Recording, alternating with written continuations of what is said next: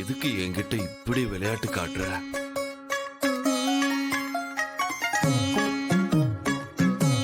எப்படியோ ஒரு வழியா உன் தரிசனத்தை எனக்கு காட்டிட்ட. நான் செஞ்ச புண்ணியம் தான் உன்னை எனக்கு அடையாளம் காட்டி இருக்கு.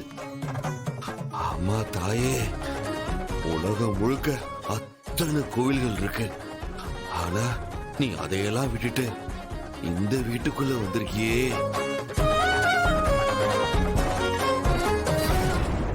லித்திகா, இந்த சாமியாருங்கெல்லாம் ரொம்ப சக்தி வாய்ந்தவங்க.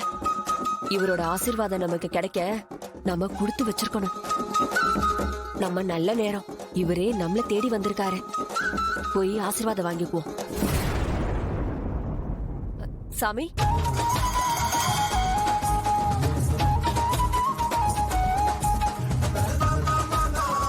என்ன ஆசீர்வாதம் பண்ணுங்க சாமி. தீர்க்க சுமங்கலியா இருக்கணும்.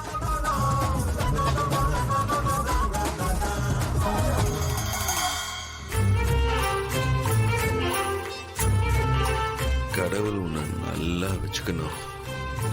நீ நினைச்சதெல்லாம் நடக்கணும். எல்லாரும் உன்னை பெருசா மதிக்கணும்னு நீ நினைக்கிற. எல்லாம் நடக்கும்.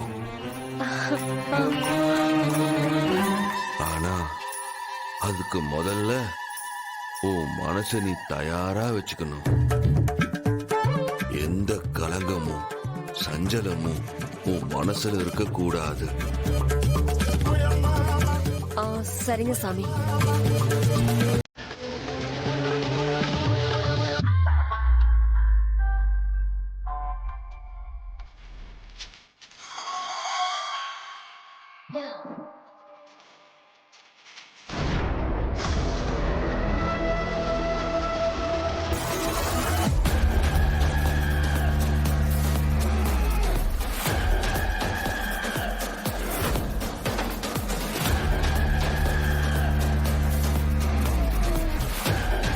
நீ உனக்கான அங்கீகாரம் சரியா கிடைக்கலன்னு நினைச்சு வருந்திக்கிட்டு இருக்க.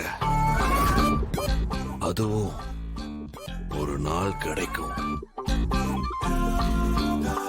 ஆனா நீ அதுக்கு தகுதியான ஆளா மாறணும்.